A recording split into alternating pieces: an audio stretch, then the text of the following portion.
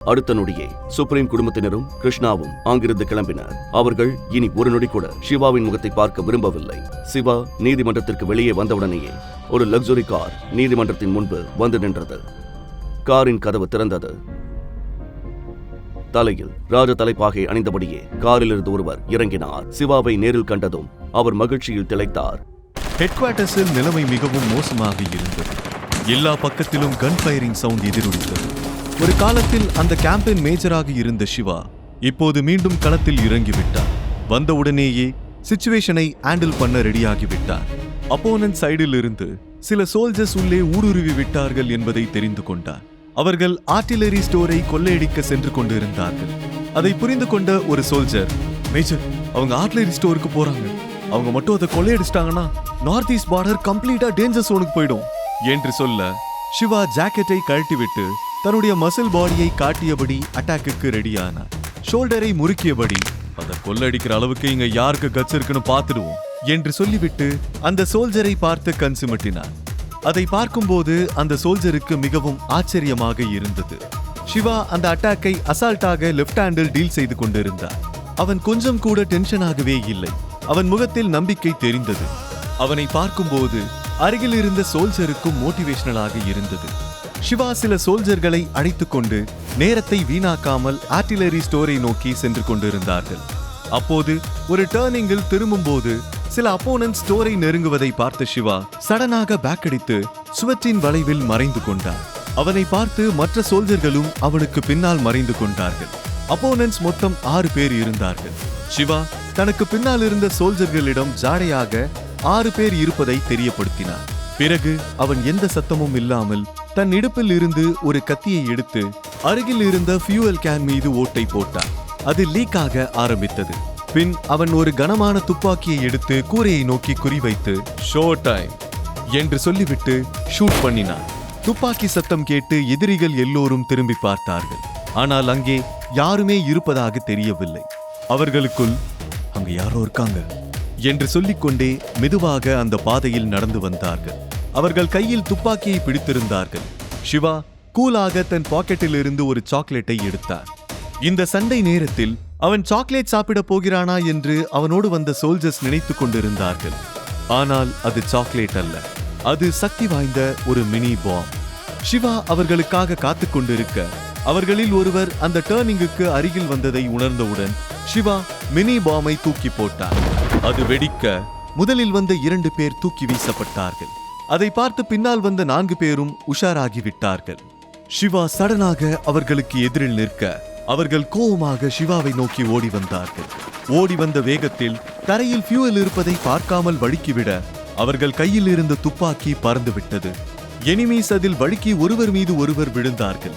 சிவா அந்த கேப்பை பயன்படுத்திக் கொண்டு அருகில் கிடந்த அயன் ராடை எடுத்து எதிரியின் தலையில் அடித்தார். அவன் அந்த இடத்திலேயே தலையை பிடித்துக் கொண்டு சரிந்து விழுந்தார். அடுத்த செகண்ட் சிவா வேகமாக ஒரு டேபிள் மீது ஏறி மற்ற 2 எதிரிகளையும் வீழ்த்தினார். அப்போது ஒருவன் கன்னை உயர்த்தினார். ஆனால் சிவா ஏற்கனவே அலர்ட்டாக இருந்ததால் அவனை நோக்கி ஒரு கனமான பெட்டியை தள்ளினார். அது நேரடியாக அந்த எதிரியின் மீது விழுந்தது. இப்போது ஒருவன் மட்டுமே எஞ்சியிருந்தான். அவன் இப்போது சிவாவை பார்த்து பயந்து ஓட ஆரம்பித்தான். சிவாவோடு வந்த சோல்ஜர் சிவாவின் ஃபைட்டை ரசித்தார்கள். அவன் ஸ்டைலாக ஃபைட் பண்ணி கொண்டிருந்தான். அந்த எனிமி ஓடிச் சென்று ஒரு கிரெனேடை கையில் எடுத்தபடி வேகமாக சிவா பக்கம் திரும்பினான். ஆனால் அது டூப்ளிகேட் என்று அப்போதுதான் தெரிந்தது. அவன் அதிர்ச்சியில் உறைந்து நிற்க சிவா அவனையும் அட்டாக் செய்தான். சோல்ஜர்ஸ் எல்லோரும் அதை பார்த்து சந்தோஷப்பட்டார்கள். உடனே சிவா ஒரு வாக்கி டாக்கியை எடுத்து குரு பிரசாத்திடம், general, this is major Shiva is back. Artillery store இப்போ சேஃப். இனி மற்ற இடத்தை கிளியர் பண்ணணும் என்று சொல்ல ஜெனரல் குரு பிரசாத் அதை கேட்டு சந்தோஷமாக சிரித்துவிட்டு, வெல்கம் பேக் சிவா, அட்டாக் எப்பவும் யூனிக் தான் என்றார். சிவா பேசிக் கொண்டிருக்கும் போதே ஒரு சோல்ஜர் வேகமாக ஓடி வந்து, அட்டாக்கர்ஸ் நம்ம ஹோல் கேம்ப் அழிக்க பிளான் பண்ணியிருக்காங்க. இப்போ நம்ம கிட்ட அதிகம் பேர் இல்ல. இப்போ என்ன சார் பண்றது? அவங்களை எப்படி ஸ்டாப் பண்றது என்று கேட்க சிவா ரைஃபிளை அழுத்தி பிடித்தபடி, நம்ம ஈஸியா கிவ் அப் பண்ணிடுவோம்னு நினைச்சிட்டாங்க. அது தப்புன்னு அவங்களுக்கு புரிய வைக்கணும். எத்தனை பேர் இருக்காங்கிறது முக்கியம் இல்லை, நாம எவ்வளோ ஸ்ட்ராங் அதுதான் முக்கியம் என்றார்.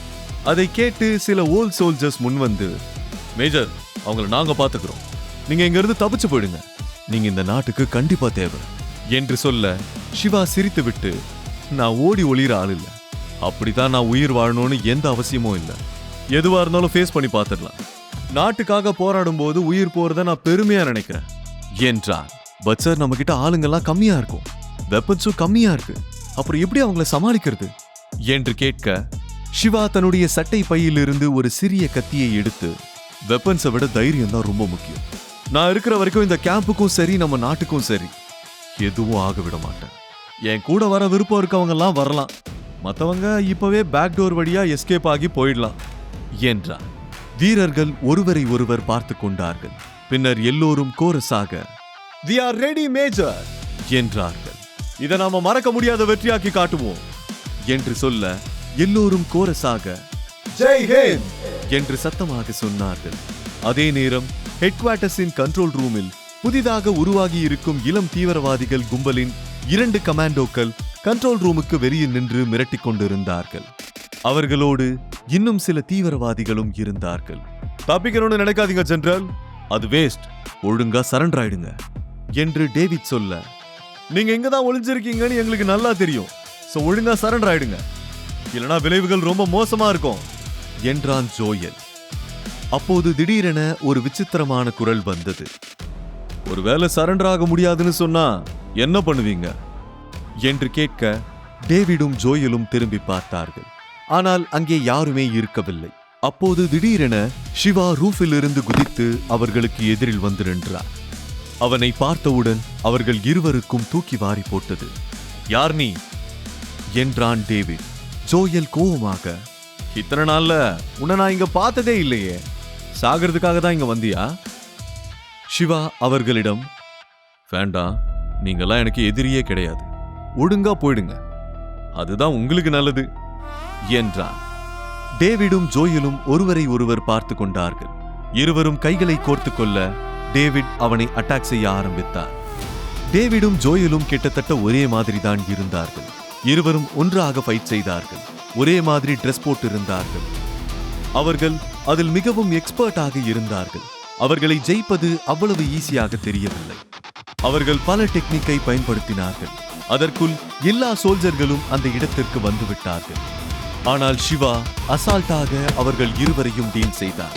இதை பார்த்து கடுப்பான டேவிடும் ஜோயலும் துப்பாக்கியை எடுத்து சிவாவை நோக்கி நீட்டினார்கள். ஆனால் சிவாவின் முகத்தில் எந்த டென்ஷனும் இல்லை. அவன் கூலாக நின்று கொண்டிருந்தார். டேவிடும் ஜோயலும் ஒருவரை ஒருவர் பார்த்துவிட்டு இருவரும் ஒன்றாக சுட ஆரம்பித்தார்கள். குண்டுகள் சரமாரியாக வீசப்பட்டன. சிவா ஒரு சிறிய கேட்ஜெட்டை எடுத்து ஆபரேட் செய்ய அவனை நோக்கி வந்த புல்லட்ஸ் எல்லாம் காற்றில் அப்படியே உறைந்து நின்று விட்டது. அதை பார்த்து எல்லோரும் ஷாக் ஆகிவிட்டார்கள். அந்த காட்சியை பார்க்கும்போது டைம் ஃப்ரீஸ் ஆனது போல இருந்தது. இது என்ன மேஜிக் என்று இருவரும் வியப்போடு யோசிக்க, சிவா சிரித்துக்கொண்டே, "இது மேஜிக் இல்ல, உங்க அழிவோட ஆரம்பம். இதுக்கு நான் புல்லட் பிளெண்டர்னு பேர் வச்சிருக்கேன். இதோட வேலையை பாக்குறீங்களா? இது நீங்க அனுப்பின புல்லட்டை உங்க பக்கமே திருப்பி விட்டுடும். பாக்குறீங்களா?" என்று சொல்லிக்கொண்டே கேட்ஜெட்டை திருகினார்.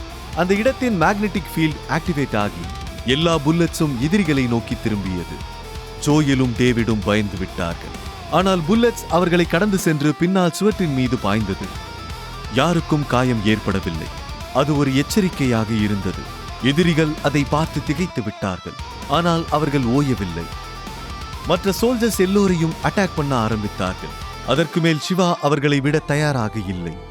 அவன் ஷூவில் ஒரு கேட்ஜெட்டை ஆக்டிவேட் செய்ய அவன் ஒரு சில அடிகள் மேலே எழும்பி காற்றில் மிதக்க ஆரம்பித்தான். டேவிடுக்கும் ஜோயலுக்கும் எதிரில் சென்று லேண்ட் ஆனான்.